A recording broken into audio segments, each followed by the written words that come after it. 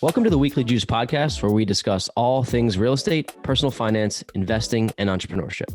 Whether this is your first time here or you're an avid listener, we're thrilled to have you as a part of our community. Our goal is to share stories of successful entrepreneurs and investors in the hopes that they assist you along your journey towards financial freedom.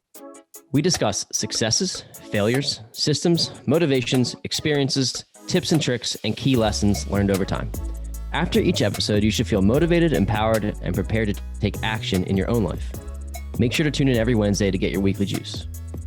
You can also find us on Instagram at Weekly Juice Pod, where we post daily content, personal finance tips, and document our own journey towards financial freedom.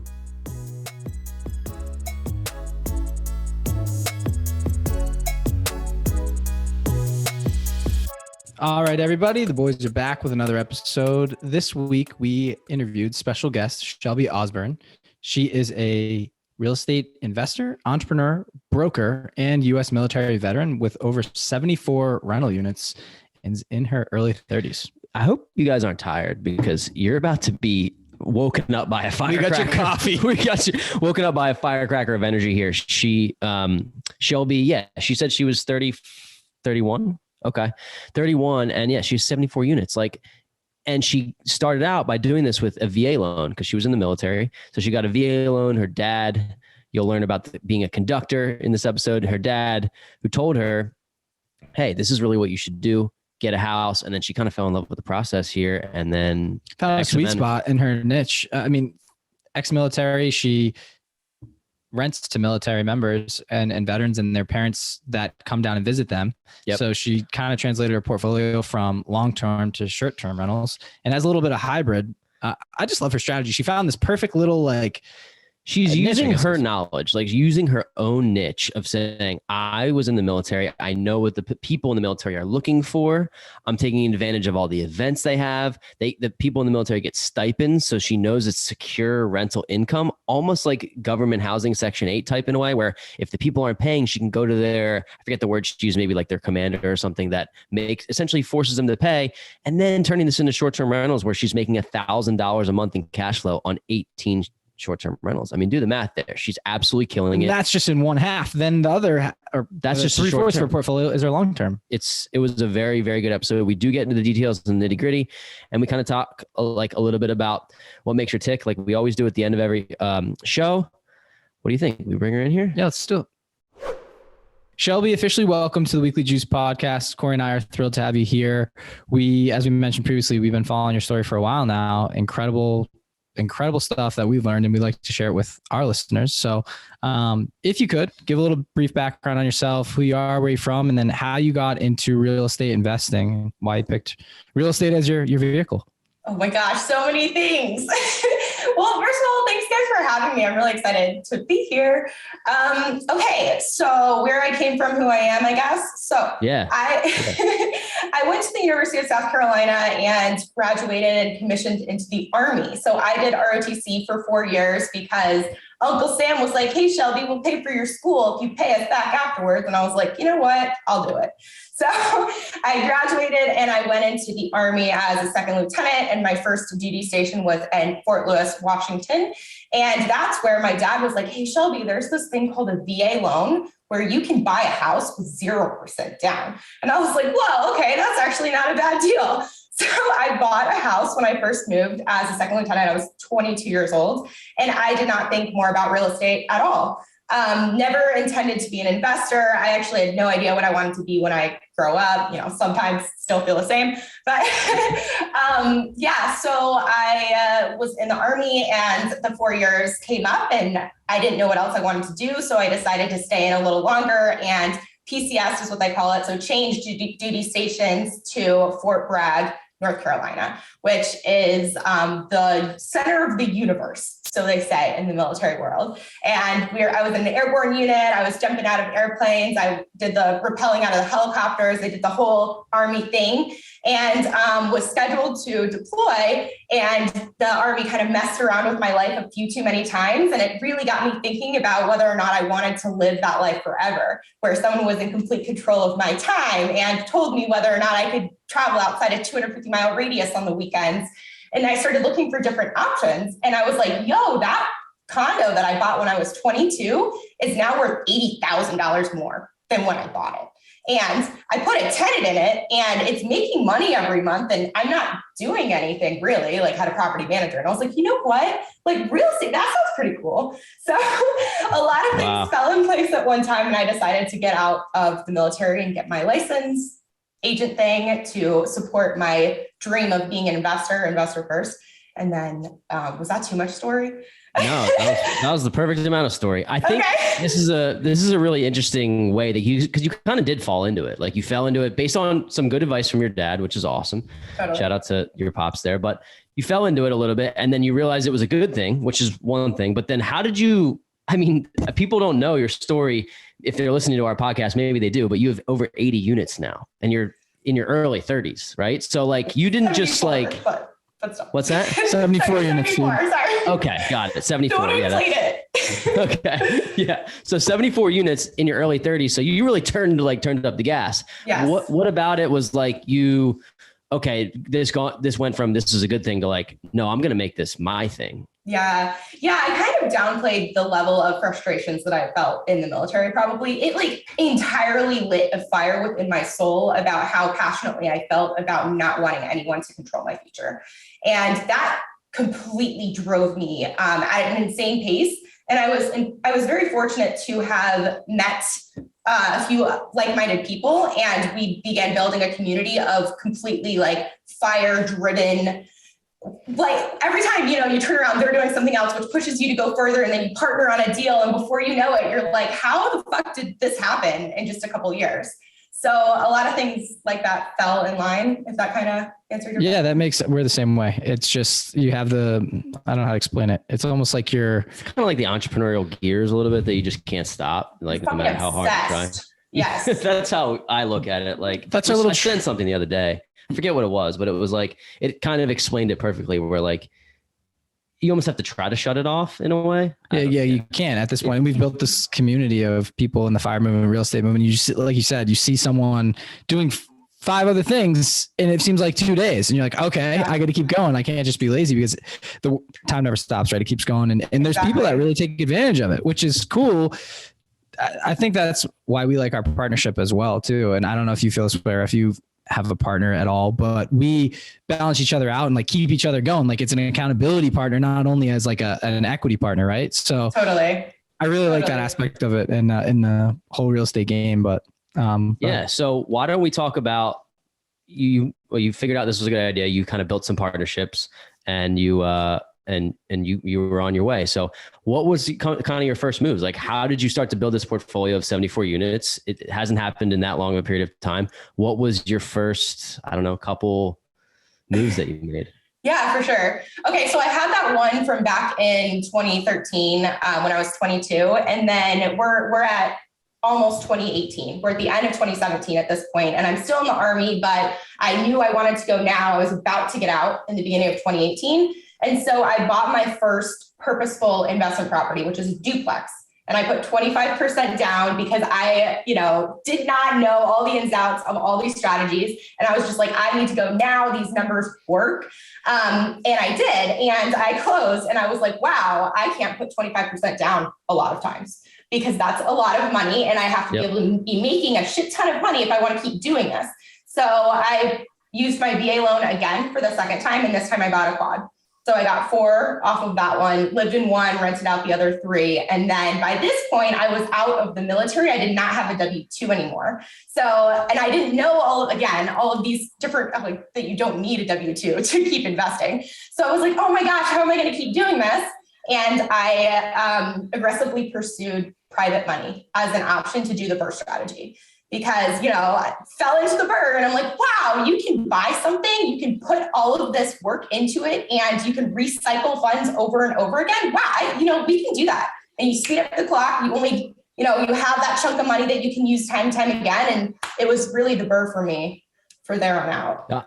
That's amazing. And that's like one of the strategies that obviously recycling money gets you there faster. And that's it's an aggressive strategy, but it really works. My question is what regional market was this applicable in? Like, where did you start to invest in? And maybe other people can kind of take that obviously it's a different market now than it was when you Yeah. started buying, I'm sure, Yes. but that's where all your equity comes from. Where did you start? Where did you look?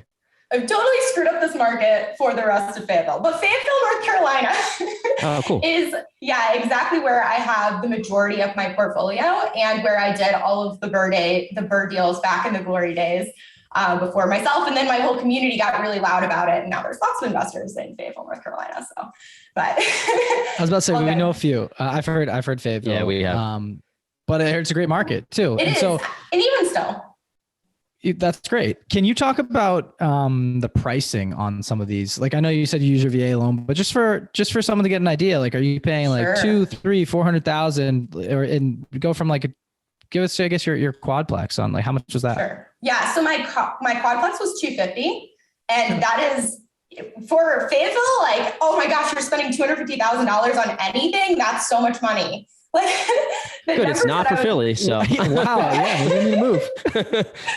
Well, I mean, prices have increased over the past, just like everywhere else. So $250,000 for that same quad that I bought in 2018, you'd be paying a lot more now. But when I was picking up these bird deals, like my very first bird deal, I got for $40,000 on the MLS as a HUD foreclosure. So we used to have a shit ton of foreclosures in Fayetteville. Like, you can just pick and choose like candy. And a lot of them are like $40,000. That first one I put 40, I bought it for 40 and I put 20 into it. And I just refinanced it recently, actually, for the second time. And it appraised at 115. So, I mean, Wow. That's still a chunk of change. I'm happy. Yeah. They're not huge numbers. They're small, but it's really nice because it's got that low barrier for entry. And the cool thing about Fayetteville too is that because it's a military market, there's this thing called a housing allowance where the soldiers are given a set amount every month to go out and pay their rent. So you have much more likelihood of that stability. You know exactly who's making what. So if you want to price it, like, I know that, X amount, people who are looking for housing in this range are going to get paid this monthly. Does that make sense? I just stumbled. Yeah, absolutely. And Shelby, that's a great tip for people who are listening right now. If you're trying to find and decide on the market to invest in real estate, if you're looking at a state, try to find an area. If there's a military base, like you said, they are given stipends. I know somebody personally who used to be a realtor who was given $2,000 a month from the military, and he only spent $1,000 of it on his housing. He was renting at the time, but he pocketed the other $1,000. So those types of people who are looking for properties like that, where to live, they may not be that selective, right? If it's not their money, they may be selected if they are pursuing financial independence. But if it's not their money that they're spending, a lot of people in the military may not be. Hopefully after this episode, more are. But that's a cheat code also to find tenants. Think about that. Like, you basically, are all your tenants that in your 74 units from the military because they have cash to use? Not all of them, because now I've switched from the Airbnb world too. So, but I mean, some are. I have military tenants, but not all of them are. I do like it too, because I understand, since I was in the military, I understand like the structure. And so like the command structure, if people don't pay, you go to their command team and say, your soldier is not. Yep. Absolutely. I heard that too. And it's like, that's like going, not like it's higher than a boss, right? It's like somebody's going to you're going to pay, like they're going to pay, they're going to be good tenants. Right. So that's very cool. Let's talk about your creative financing. I know you've done some bird deals, but you said, hey, listen, you aggressively started pursuing deals, partnerships, right? Essentially, like, so how are you leveraging other people's cash or getting people to partner up with you? So when I said partnerships earlier, I meant like a true partnership on some of I did some turnkey multis where it was like me 50-50, we brought our own cash and we got turnkey multi. Like, that's what I meant by partnerships. With the private money, I've done the majority of the private money has been just for myself. And when I don't partner with my lender, it's purely they lend me the money and we agree on terms and balloon payment, and I pay them either monthly or quarterly or at the end of the project, depending. Can you give us an example of a private money deal that you've done? And just, you can, even if you want to give round numbers, but just so for example, let's just say Corey and I, let's just say we're on our first deal, right? And second deal, but we don't have another 50K or 60K to drop down as a down payment. How do you leverage private money so someone pays for your deal, and then like, how do you pay them back? I think people need a refresher on that. Totally. The coolest thing about private money is that it's completely whatever you decide for it to be. Whether it's just you and the lender, who's not even a real official lender. They just have money and they're lending it to you. Decide on the terms together. So that's why I love it so much, because if you go to hard money, they're like, okay, 2 points, insane amount of interest monthly, penalty, whatever the case is. If you're talking to another human where it's like, hey, where's your retirement, sitting right now, if you don't mind me asking, depending on how well you know them. And if it's sitting in a bank, that is the easiest conversation to have, because you talk about the fact that what interest rate are you getting on the money that's sitting in the bank? Do you know what inflation was last year? Do you know how much money we lost by letting it sit there last year? And then you feel the pain of that loss, and people don't want to lose. And so it's like, hey, I have this opportunity where I could promise you 8% interest only payments over 12 months. Does that sound interesting to you? And they're like, wait, 8%? I'm getting 0.001% currently. Hell yeah, that sounds interesting. So it's all about knowing your audience too, and realizing that you are not your target audience. You have to put yourself in their shoes. That's first of all, I can see how you scaled your portfolio. I almost gave you money sitting in my retirement account just with that pitch there. So, but I think here's the thing. What you just mentioned is really important. Is you're actually doing these people a favor. You think you're asking them for money, but you're helping them make more money. And I think that's the mindset shift where people need to go after private money more. And even where I'm talking to ourselves, right? Like in order to obtain private money, you really got to show and prove to these people that you're actually giving them a major benefit. You're not asking them for any money. You're giving them this amazing return. Yeah. The opportunity. Yes. Exactly. Whenever I'm talking, it's all about are you interested in an opportunity? It's not like, please do me a favor. It's like, yo, you want to make money? Let's freaking go.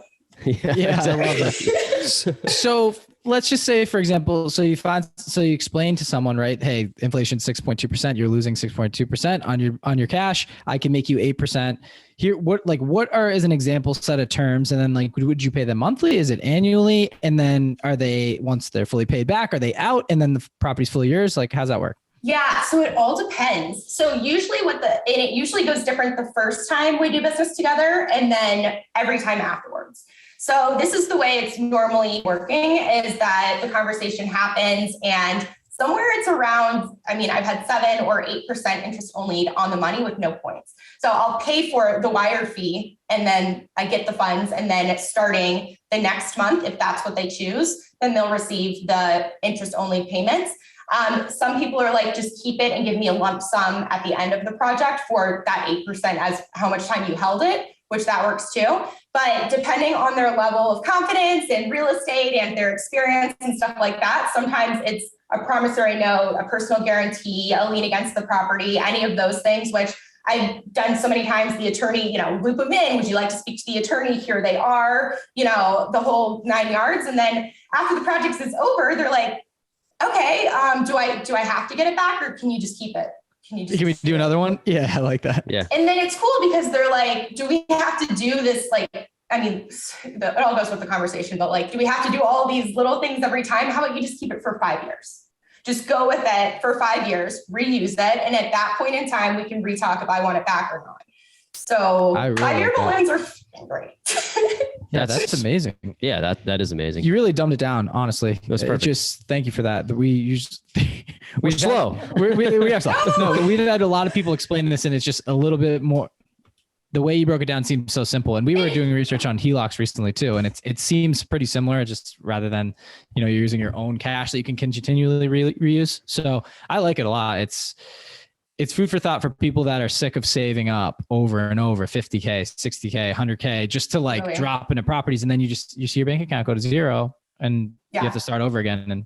And of course, it's not to be taken lightly. You guys know that, but when the minute that you are working with other people's money, it's your analysis go way up. You look at those numbers way harder. Everything is 10x the amount of fucking focus and detail on it when it's someone else's money. And I just had to throw that in there, but we can move on. Sorry. Oh, yeah, that's good. No, it's great. I guess the next question that we have here is kind of in relation to marketing and finding these deals. We talked about the fourplex and obviously maybe the way that you market and find deals now is different than when you first started, right? And I'm sure it is, but like, can you maybe give us through how you used to find deals for somebody who's starting out, how you find them now? What's the best way to acquire 71 units in the amount of time that you did? So for me, I've acquired them in a bunch of different ways. And it kind of, just like you said, it's different depending on where you are in the market, what specific market you're in. So my first couple of deals I found on the MLS, like the quad, the duplex that I put 25% down on, they were both on the MLS.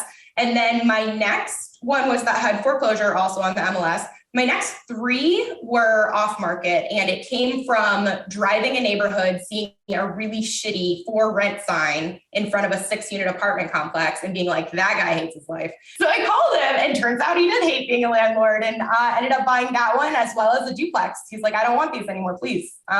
So off market from, driving for dollars, essentially calling signs. And then I've done a lot of courthouse foreclosures. That was really big in my acquisition as well. Very cool. We've heard about that, but we have not specifically gone and done a foreclosure, especially at a courthouse. But what do you think, Shelby, is the best way to analyze these deals? How do you know if it's a good deal? So you find it, sounds like you found it every way possible, which is great. But how do you know if it's a good deal? And what's a good deal to you? What does it look like? So again, it totally depends on the market. It also depends on your goals and what kind of problems that you want to deal with. Oh my gosh, that answer. Yeah. What's a good deal? When people ask me that, I'm like, I can't tell you what's a good deal. Like, sure. Yeah. So I'll give you a scenario then of like a hypothetical me, and I'll tell you what maybe you think I should look for in a good deal. Let's just say that I was trying to obtain, $50,000 in passive income, and I wanted to stick to small multifamilies until maybe I grew to a point where I felt comfortable in larger multifamilies. Like if you're looking at a small multifamily, maybe you have a threshold. Maybe you want to get 200 a door, 300 a door, 400 a door. Is it just that, or what would I be looking for if I wanted to obtain small multifamilies? So that's what you did in the beginning. That's why I asked. Yeah. So I shifted cash flow definitely was my drive in all of this, because, you want that money coming in so you can have that time freedom. And I quickly learned that buying property and putting a long-term tenant in there, at least for me, is that $100, $200 a door takes a lot of doors to add up. So that's where I turned into the short-term rental and in that BRRRR and B strategy, where you do the BRRRR strategy, but then you do a short-term rental on the back end instead of a long-term. For me personally, made the most sense because I got to recycle those funds, but instead of just pulling out everything I could and maxing out that loan to value and putting a tenant in that will just barely cover, maybe hopefully the 1% rule, you're able to have that short-term rental on the back end and really increase your income per property and still be able to recycle the funds. Oh, I like that. So I think we should BRRRR B&B is what you said. Exactly. So out of your 74 units, how many are long-term and how many are short-term? So I have 18 short-term rentals. Wow. And is this all in Fayetteville as well? Or yeah. So all of my short-term rentals are in Fayetteville. All of my property is in Fayetteville, except for I'm about to close on a flip in Charlotte. But I don't count that in my numbers. And then I have 2 more doors that I'm renovating in Charlotte. But everything else is in Fayetteville besides my Washington property, that very first one. Sorry. So no, it's awesome. That was great. Thank you for that. So let's big initiative for us. One of our goals for 2022 is to purchase an Airbnb. And obviously we know it takes a lot. It's just a different beast than a long-term rental. So we interviewed Avery Carl. She just wrote what's short-term rental, long-term wealth. Bigger Pockets. That was last week. Yeah. Last week. And then Travis Zappi, I'm not sure if you know him, young retiree by 33, but they are like our Airbnb experts. So I'm glad we have you on the show now too, to help us out. I mean, clearly 18 units is nothing to, it's nothing to sleep on. It's amazing. So can you talk about the differences and why you see a benefit now for someone to go the short-term rental route versus the long-term? Because I think a lot of people think, and is it just a fad, right? Like, is it a thing that's going to last, or what's your vision on this thing? So my vision on it is that I do think that it will last. And even if it doesn't last, my contingency plan is the fact that my Airbnbs are in Fayetteville, and there are 3 giant hospitals in Fayetteville, and the traveling nurses aren't going to go away, and they still need, furnished findings is like the whole traveling nurse. So that's my contingency plan. You don't think Airbnbs are going away, right? Hope not. We've been told there's like 3 specific niches, if you will, like between markets. There's the regional market, which is like easily drivable to, let's just say if you're in Tennessee, the Smoky Mountains, for example, right? Like people can go vacation there easily. They just hop in their car. Then there's ones where people go fly and it takes a while to get there. And then there's other markets, like a metro market. And it's like the hotels kind of have beef and lobbyists have beef with Airbnb coming in, and the regulations are a little bit more strict. So Fayetteville, I'm not sure where that falls into any of these. Can you explain that? Did you just find this little pocket? Yeah. Yeah, I have a cheat sheet. That's why I've been pulling this. I got a cheat sheet for everything, man. Whatever you need a cheat sheet on, I got you. Great. But okay, so why Fayetteville? So Fayetteville, like I mentioned earlier, is the home to Fort Bragg, North Carolina, which is the center of the freaking universe in the military. And there are almost always soldiers coming in and leaving. And when they come in and their rental's not ready for them, they got to have a place to stay. Or when they're buying a house and they can't close until next month, they have a place to stay. Same with the selling. Oh, the market's hot right now. Sell. What are you going to do? You're going to live in an Airbnb for whatever, a couple weeks. So that's one. The VA hospitals, for sure, that I talked about, the hospital situation, but also at the military installation, which is ginormous.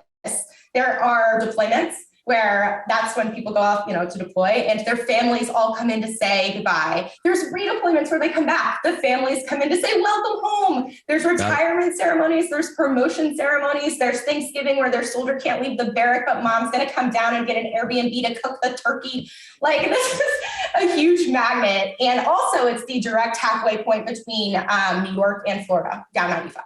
So that helps too. Wow. Very cool. No, that's huge. And you're essentially, because you learned so much about the military when you were in the military, and maybe things that you didn't like about it, that's great too. But you learned how to sort of capitalize on the military market and like all these people that it's big business, right? I mean, you have, like you said, the ceremonies, and you have an influx of people that need places to stay. Everyone needs somewhere to stay. So I think that was really, really smart on your part. Really smart. Can you talk about analyzing Airbnb deals? And, I've heard a couple different websites, like AirDNA is the one that keeps jumping out to me that people kind of bring up all the time. But being that I mentioned it's a different beast, let's just talk through the process of, let's start with analyzing a deal. But then I also do want to get into your systems for like, how the hell do you even manage this business? Because I know there are systems, but if you're doing it yourself, it's daunting, right? Yeah, for sure. Okay. So when I was analyzing these Airbnbs, most of them burn Bs, my strategy for analyzing it was to analyze it as if it's not a short-term rental. And I know that may sound crazy, but it is just like what you said in the beginning. What happens if the city shuts them down? What happens if you have no future for them? So I wanted to make sure that all of the properties that I was buying would also work well as a normal long-term rental. So that's honestly how I did the majority of my analysis. And then what I actually found through one of my pillars, he was the first one to dive into Airbnbs, and he was making, 2 to 3 times the amount of a long-term rental. And I found that to be true kind of across the board, is that generally whatever they're going to be producing as a long-term, it's 2 to 3 times as much. So I don't really have like this system to show you that's crazy, but I mean, there's a lot more things that you need to consider in regards to like expenses that go along with Airbnbs that, through experience, a lot of this I've just discovered, and it's disgusting, but like all of the utilities that, you're not thinking about for a long-term tenant because they're putting it in their name. And then that lawn care and the quarterly roach treatment and the summer mosquito treatment and the freaking carpet steams and garbage and septic and security system and thermostat. I'm reading down my cheat sheet, obviously. All of those expenses really do add up. Along with the longer that you've had the Airbnb, then you're going to have to, someone pukes on the couch and maybe you don't have insurance on the furniture, like I didn't in the beginning for sure. Or whatever happens, things break, beds break. So I'm rambling. Very cool. But do you get my point? Totally good point. Thank you for that. It's with more people coming in and out, right? You obviously have, if you have more transactions, more feet, more bodies in the house during a month, where if you're a long-term tenant, you have them and maybe a family member that comes and stays by. Or stays with them. So having that multiple transactions, people coming in and out, more cleaners. So that is the attention to detail that you have to have as the owner in order for it to run efficiently. And I think the next question there would be like the systems that you use. Do you manage these all yourself? And you don't, right? So Are you paying, just walk us through that. Are you paying the 25% fee to have a property manager do it for you, which is, so to some people, it's like, I'm not giving up that money, right? But for you, I don't think it's like that. So just walk us through the management, the systems and all of that. For sure. And I do want to just say something real quick about the wear and tear. So it's periodic wear and tear. As a whole, I found that generally wear and tear is less, just because if you think about Airbnbs, people come in on a Friday, they drop their bags, they go out, they crash Saturday, maybe they leave Sunday. So it is overall less. And I just didn't want to give the false. Got it. Okay. That's great to know. Yeah. Okay. Okay, cool. So the way that I started out the Airbnbs is I put a property manager in place right away. I did the 25%. It still made a ton of money. Even after the 25%, like no issue. The only issue is that I had difficulties with communication with my property manager, and the ability to communicate and get on the same page was really lacking. So I tried and that was a local guy. And then I tried a national brand, and oh my God, it was even worse, to be honest. It was actually terrible. And so now I'm actually in the process of moving my entire portfolio out from the national manager, who I got 16% with them, by the way, into an in-house girl who right now I pay her hourly, and so much less than it is paying 16%, 25%. And it's nice because she's building all the systems. And if I want something modified, it's modified. I don't have to go through this battle of, it's not my system to change type of thing. Yeah. Well, Shelby, so you just painted a picture for us. So with 18 Airbnb short-term rentals, you're saying that that can easily be done with one full-time person. Is that kind of how you have this person working for you, one full-time? She's not full-time yet, but not everything has transferred over yet, but I don't, even when it's full throttle, I don't think she'll be full-time, just because of the automation that's put in place. And it is because everything can be automated, from when it's booked online, to the, hey, congratulations, you're booked. Here's the booking information. You guys have probably seen Airbnbs before where you get that. Here's the information you need for the Wi-Fi and the access code, and all that is automated. So, and even from there, it feeds, and I'm not the one in the weeds doing this, so I just understand concept, but it feeds into our cleaner's schedule, which there's a turnover B&B like app, where it feeds from Airbnb, and it shows the check-in is the state, the checkout is the state. So the cleaner can put it on their schedule, and the cleaner is automatically notified for that as well. So the main things that she has to do is solve problems. If there's an issue with whatever, or if that person wants a specific recommendation on a child-friendly whatever. Got it. Yeah. Okay. That's good to know. So I think when we interviewed Avery Carl last week, they have the short-term shop, and they're teaching the people that are purchasing homes. They're helping people who want short-term rentals to find them, and then they're teaching them how to manage them themselves. So cool. As we start to grow our portfolio, we're currently self-managing long-term rentals. We only have 7 units, so it's not that many, but we're already thinking about, okay, as we get to 10 and 15 and 20, how do we get that into a property management system? For us, we would think if we're going to do short-term rentals at a distance, we would definitely want to have a manager, but maybe there are ways that you can create those systems so that you can probably maybe do it yourself, at least for the first couple.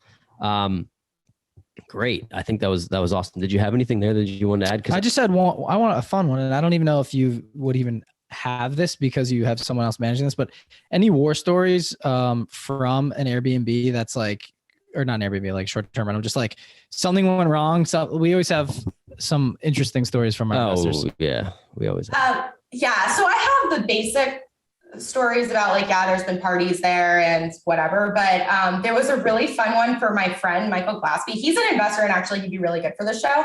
But he has a duplex that in Fayetteville and he was house hacking it and short-term rental on the side that he wasn't living in. And I was actually dropping him off and we were coming up the street and we saw an RV and like 25 people at the duplex, like in the driveway. And it's They're a like 2-1. tailgating. Yeah. Yeah. Well, they're like partying and it's a 2-1 with an RV in the driveway. And he has a property manager who's running it, but like, he like pretended like he wasn't the owner at all. He just like, hey, what up guys? And like went in the house quietly and then called the property manager. Like, you need to handle this. So, my God, jeez, that's funny. Full on rave in the day. Great. So That's cool. We've had some crazy ones, people dying in properties, not us, but like other stories that have been shared. Guys just passed away in the properties, got killed. That was David Graben, right? That was episode like 10. It was early on, but that was cool. Thanks for sharing. Damn. So yeah. We don't need to go there. We don't need to bring it back, but rest in peace. Let's talk about your favorite or most lucrative deal, like a deal that pops out to you in your portfolio, just to give early investors an idea of, some possible returns on what they could see in an investment property. If you could bring us through one, just like go through property type, how you found it. Yeah. Just like the entire walkthrough. I just pulled it up. Okay. So, I've done a bunch of different deals. I've done the 25% down. I've done house hacking, VA loan. But so the burn B is basically what I do or what I did most of. And so this one in particular is a single family courthouse auction foreclosure. So it was on the MLS. And I like the courthouse in particular because they are absolutely horrendous, which scares away a lot of people. Like at least in Fayetteville, North Carolina, the system is completely archaic and no one wants to do it. It's awful. So that's good. Less competition. So the purchase price was $52,000. There was $14,000 in repairs. So I was all in around $76,000. And then I put in, the furnishing set was $8,000. So all in around 76 after that. Got it. And used a line of credit to purchase and pay for repairs and furnishing. ARV was 110. And then I did delayed financing, are you guys familiar with the delayed financing? No, not totally. No. Okay. So it's when you buy a property either in cash or a form of cash. So line of credit, private money, anything without a lien against the property. The 6-month seasoning period that you'll generally see in order to refinance at that full 75% of your ARV is waived. So because you bought it cash or any form of cash, it's delayed the financing. And so you are able to pull out either 75% of the ARV or the max of which is on the closing disclosure, whichever one is higher. So the max that you can pull out is what you put in. But the cool thing about it is, as long as you plan to do the delayed financing up front, when you do that initial close, if you put the purchase price, if you put all of the furnishing, if you put all of the renovation, insurance costs, anything you can do to load up that CD, then you can pull out all of that money if the ARV supports without having that 6-month seasoning period. So I was able to recycle those funds in 3 months as opposed to 6 and move it on to the next one faster. Does that make sense? Just when the renovations are complete. Exactly. Yeah. When the renovations are complete and you don't even have to have a tenant in place. Like it's literally when the renovations are complete, you can order the appraisal.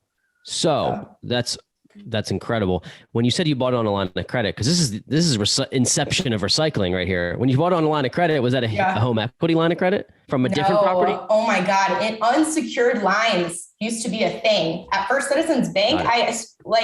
So a bunch of different banks, you just walk around and everyone will tell you no. And then eventually someone will tell you yes. And I got $76,000 in lines of credit unsecured from First Citizens Bank one day. So that's cool. It helps. Okay. So amazing. They don't do that anymore because everything's changed. Yeah, you can't.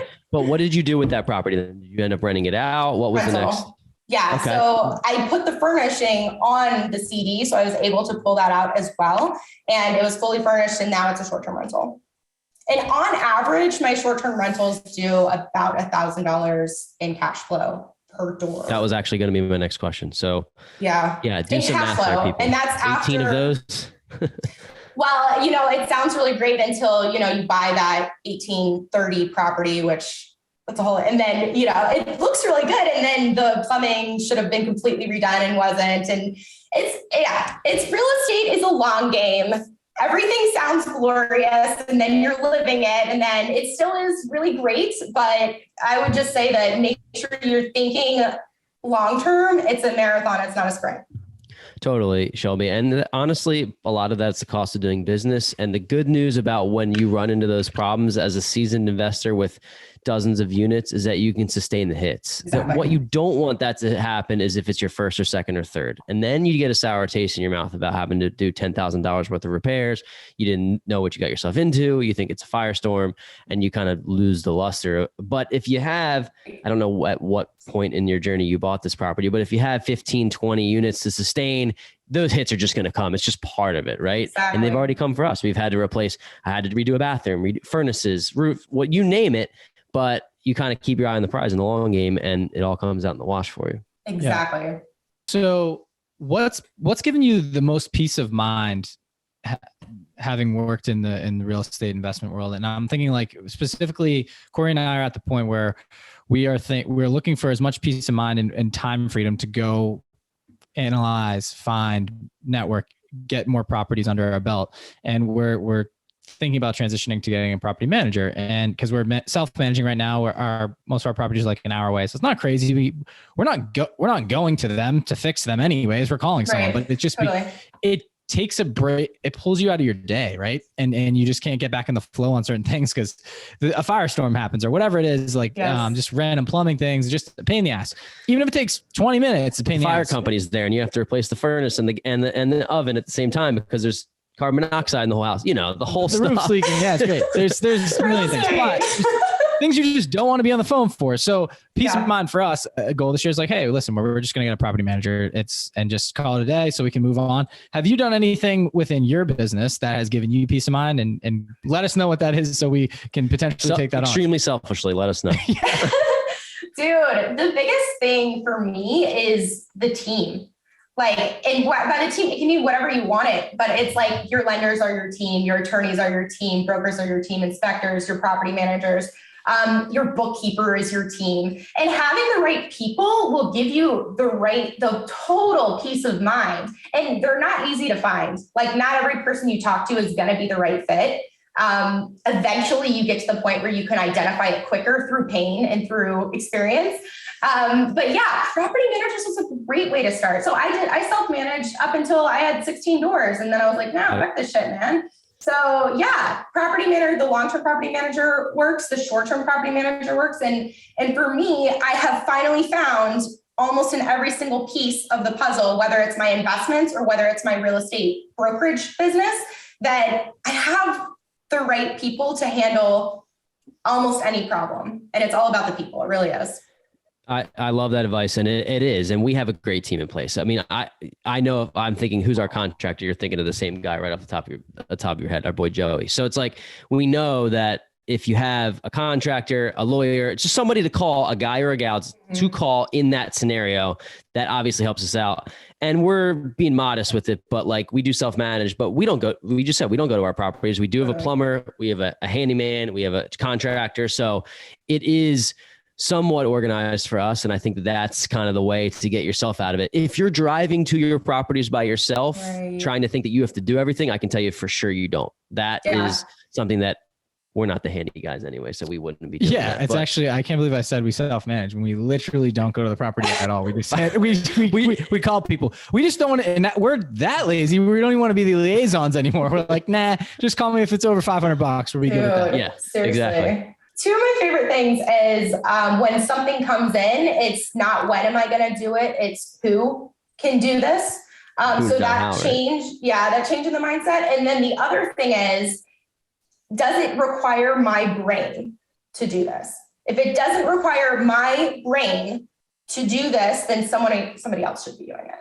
So those are the two things. That's awesome, because even the little things like us, like if something happens in our property, we're generally speaking to each other about what should we do. And realistically, like a property manager just has like, boom, this is what we do.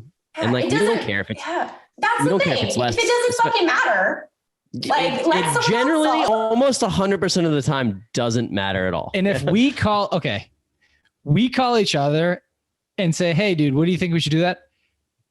We don't know shit about plumbing. We know nothing about plumbing. Why am I calling this guy to say, dude, what do you think? Like, no, I rather have I'm the worst guy to call. We start goofing around. We're like, 30 minutes talking about like how we can make millions of dollars. Like it gets off track. We're like, dude, let's just call a property manager. They'll vet it out between 3 different companies. I don't want to have to worry about going to Google and this company got 5 stars. This got 4. They called me back. They didn't. Oh, they won't go out in emergency. I'm done with that. Like it's really not that bad. But like some people are like, dude, I'll do that. But when your brain, you can generate more income elsewhere. My time is better used elsewhere, and to get build our empire here. So thanks. You should be the conductor of the orchestra. Think about like that too. That's like what my dad used to say that. He's like, okay, well, who's conducting? Who's the one with the vision and saying, okay, you got this piece, and then oversee the whole show. Great. Love that. That's awesome. So as we wind down the show here a little bit, I want to talk about your 5 Pillars Realty Group.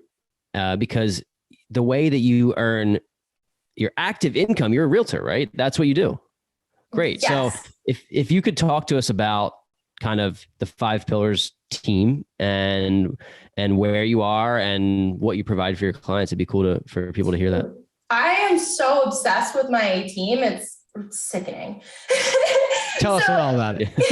So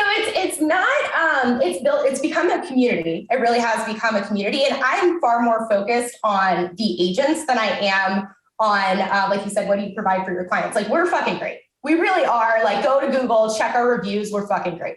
But I care more about the agents out there who are investor minded. Like, the majority of our team started military based, decided real estate, they got bit by the bug. And they're like, you know what? I can do this. And I'm going to use being an agent as a means to generate my active income to fuel my passive. And I want to go as quickly as I can. I want to cut the fat, build the systems fast, leverage, and then optimize my entire world. So that way I can actively pursue my real goals.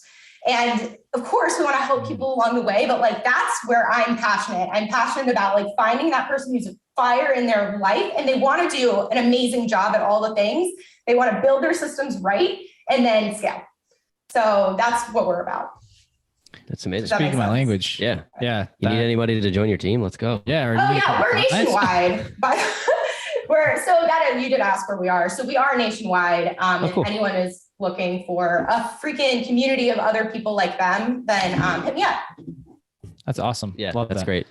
Very, very cool. So I think we made it to the core 4. And in the core 4, we are going to ask you 4 questions. We ask all our guests just to get to know you a little bit more personally, kind of what makes you tick. But you're a firecracker. So start easy, dude. Yeah, I'll go. First is, what is your favorite investing or business book, real estate book that kind of helped navigate you through your journey?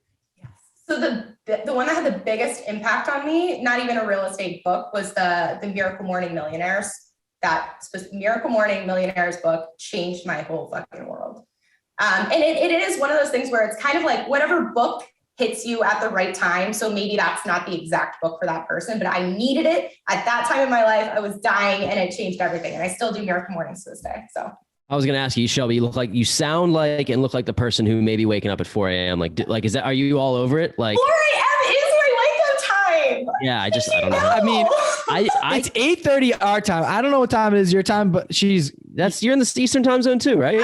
Joe, this is my past my bedtime. I'm not. I was gonna say you are like a ball of energy going. So I'm just like, that's 4 a.m. is not. See me in the morning. It's scary. Oh God, dude. Yeah. I have committed myself to realizing I think I know who I am. I'm not getting up at 4 a.m. I'm just not doing it. Maybe if something changes, like I would, but I'm a night person. Like I can stay up all night and do this. And I don't know if there's a better way. Maybe there is. I think it's just kind of 6 a.m. guy or something. Yeah, for sure. But I think that it's kind of like tailor it towards your life. But if you can do 4 a.m., that is amazing. So props. Yeah, it's not for everyone, but I love it. Yeah. So Miracle Morning, it's by Hal Elrod, correct? Is that the same book that you're talking about? Okay. Yeah, and David Osborne co-authored. So, not my dad, who's also named David Osborne. Not the conductor. Yeah. Yeah. Exactly. Cool. So second question on the core four is, if you had an additional 50K handed to you right now, cash, what would you do with it and why? That is such a great question. Thank you. That is so hard. That's why I asked it. Damn it. That wasn't on the little four that you told me in the beginning. Surprise. Just kidding. I'm surprised. Yeah. Let's see. I would probably, honestly, I want to learn more about investing in something other than real estate. I know that's probably not the answer you want to hear. No, it's a great answer. I actually want anything. Yeah. Are you going to surprise me with crypto right now? Are you about to buy a Bitcoin? Dude, I'm not smart enough. I told you in the beginning with the camera issues, I'm an idiot, you know? The best and most practical answer would be to do another type of B, and I don't have a better answer for it right now, but I'm just telling you, I am interested in learning about other ways to invest. Got it. Love that. Cool. So third question. What's the biggest mistake, Shelby, that you've made in your investing journey so far? Yeah, and how have you learned from it? So there's been several, but I would say, and I think if you asked me on a different day, I'd probably have a different answer. But today, my biggest mistake would be the people who I didn't fire soon enough. And I know that sounds harsh, but I think a lot of people know in their gut when someone is not right for them and they're not performing it the way they should. And they make up all these excuses for why things might be happening the way they are. And you drag it out, and 6 months down the road, you spent a shit ton of money and you wasted a shit ton of time only to do the thing that you should have done 6 months ago. I got a question for you. That's a hard one, right? Like you have a relationship with that person. So how do you, I don't know, say you've worked together for 4 or 5 years, something like that, or you have some sort of relationship. Like how do you even approach that conversation? Because there's so many people I like think about friends, family, and or just like your coworkers almost become your family at some point. Mm-hmm. And an employee can be the same way. I've fired a friend before. Yeah. So it's okay. For me, it is all about the performance history and it being documented. So military kicks in full throttle. You have the initial counseling with expectations. At the 30, 60, and 90-day mark, you're relooking those expectations and you're saying, here's what you did well. Here's what you need to improve on. If you don't see improvement by that 90 days, first of all, you're not getting hired. After that point, at the quarterly counselings, you'll go over what happened over the past quarter. And during that quarter, during the 30, 60, 90, and every quarter, I have what I call like a one-on-one sheet, but what my people call a title sheet. Because if I see stuff continually, you can't just see it and not document it. So I see it, I put it on the title sheet with the date and what occurred. So that way at the counseling, when it's like, hey, these were the original expectations and this is what occurred, they're like, that didn't occur. And I'm like, I'm going to state this time this occurred. And here are all the examples. So it becomes less of I'm so sorry that we feel this way. It's like, hey, I love you a lot. I will still love you a lot, but the performance is not meeting standards. So I'm really sorry, but this is no longer a good fit. Yep. So it's just an accountability thing, really. That's all it is. It's an accountability sheet, and you're holding people accountable. And that's one of the reasons people told us not to get into business together, because we're like best friends, to not partner with your best friend, because you're eventually gonna break up, so to speak, and you're not gonna know how to deal with that. And it's like, no, we just hold each other accountable. Like that's what we do, and that's there's pros. It's the same thing with exactly. Totally. Same thing with having employees. We don't have any employees, but think about all the people that didn't start a business because they didn't have an accountability partner, anyone to get them excited every single day or to feel like they needed to do more for. Like, I'll challenge them any day of the week. I'm like, dude, you're still sitting at home, not doing shit. Yeah. And we might not be everything in line, perfectly streamlined, but we're going, you know what I mean? Yeah, we're having fun. The train's moving. And honestly, like, the money's, you think about the journey, like we're getting older. We understand like this shit. We're going to look back with kids and family and be like, hey, remember all those nights we did the podcast? We got all the properties. Now we have some wealth here, but like, I don't truly think it's all about that all the time. And maybe the pandemic makes you think of that and like people passing away and shit. Like, I don't know, maybe I'm getting emotional here, but I just think about that. It's more, I rather have the fun than think about the cash all the time, but also not to like bring it back. I want to talk about that conversation we just had with firing and hiring people. Like, you have crazy intangibles. I work in sales and leadership, and it takes like, I don't know how to explain it, but when we hire people, you look, and I can just tell a leader from not a leader. So I assume within your company, you're in a leadership position, because to go through those steps and you put on this crazy smile and then we're like, yeah, sorry, you're out because of X, Y, Z. I'm like, that's not easy to do, but like to be able to brush it off too is another intangible that I don't know. I just wanted to point that out. Like I think it takes someone to see someone. And I can appreciate that. So your team's lucky to have you. You're doing things that are pretty tough. So I don't like firing people. I don't either. It sucks, but no, it's hard. It's hard. It truly, but it takes having systems and processes in place, which you do for your real estate business, right? It translates to your other businesses too. Well, that's my thing too. It's like when I have to make those hard calls, it's not about me. It's about if there is someone who's not doing everything they should be for the team, it's everyone else who suffers for it. And so that's kind of the mentality too. And A players want to be around A players. So that's exactly it. The next time you let in someone who's subpar, that's where the whole group is like, looking around, like, I'm not sure this is for me anymore. It throws you off kilter. Yeah. It actually pisses me off a lot. And it's hard to, it's extremely good point. And then the two A players are talking to each other, 2, 3, 4. And then you're like, oh shit. Like, how do I bring? You kept the C player and the 2A players left. And it's very hard to elevate. Yeah. No. You almost feel worse because it is sometimes you truly, no matter what you can do, what you do. And there'll be so many people that challenge us and like coaching, right? You can coach just a C up to an A. Like there's some it factor that some people that just don't have an internal drive. You can have all the motivation in the world, but it's so hard because we were going through hiring processes for certain things. And I just was talking with another A player and we were like, dude, like, we need to hire this person. I don't know. I can't they're pretty equal in every other thing on paper, but this person has the it factor and that's why we need him. And so it's so hard to put it into one word. You really can't. There's like a million different things. So I know exactly what you're talking about though. You're spot on. Fourth question, legacy. Yeah. Sorry. I got on tangent. No, you're good. So this is a cool one. And it helps. This is really what helps us get to know you. It's just like, what gets you out of bed every morning? Like, what do you want your legacy to be? Why are you doing this whole thing? 74 units, people would just be like, cool, I'm good. I'm done. $1,000 per short-term rental. I got 18, but now you have a team. You have like, why the heck are you doing this whole thing with a full head of steam? Because you surely are. It is so funny that you say that. Cause I go through just probably like everyone, like the why the hell am I doing this? Like there are absolutely waves. And then it comes to this point where it's like, why not? It's like, I have a choice. I can either do nothing and then ultimately kind of feel like shit and like look around and like, woe is me and get sluggish and be worse and worse every day. Or I can go out and be the freaking best thing that I possibly can because the alternative looks pretty bleak. So that's not a good, most people are like my kids and all these things. And I'm just like, all right, why not, man? Let's fucking go. Well, that why not also plays to, you have a certain gift. And I think just sitting on your ass, you're not able to share that with other people. And then little do you know that gift, like the energy that you're emulating off and like the lessons you're teaching people and just even people watching you continually do your thing at a high level, that makes them want to do things. And it's just this spider web effect, right? And it goes down. So it is leaving a legacy, whether you know it or not, just by getting up and doing what you do. So I think it's super cool. We got a ton amazing. You like that? Yeah, that was good. That was after some Inception, dude. Yeah, that's very good. That's a conductor, baby. Yeah. Wow. So no, I'm just messing around. But seriously, we got a lot of energy out of this whole thing. So I know we have the last segment of the show, but 8:30. I can't believe we're killing right now. So that's due to you. Thanks. Yep, we made it to the last drop. And the last drop is the last segment of the show. Last question for you.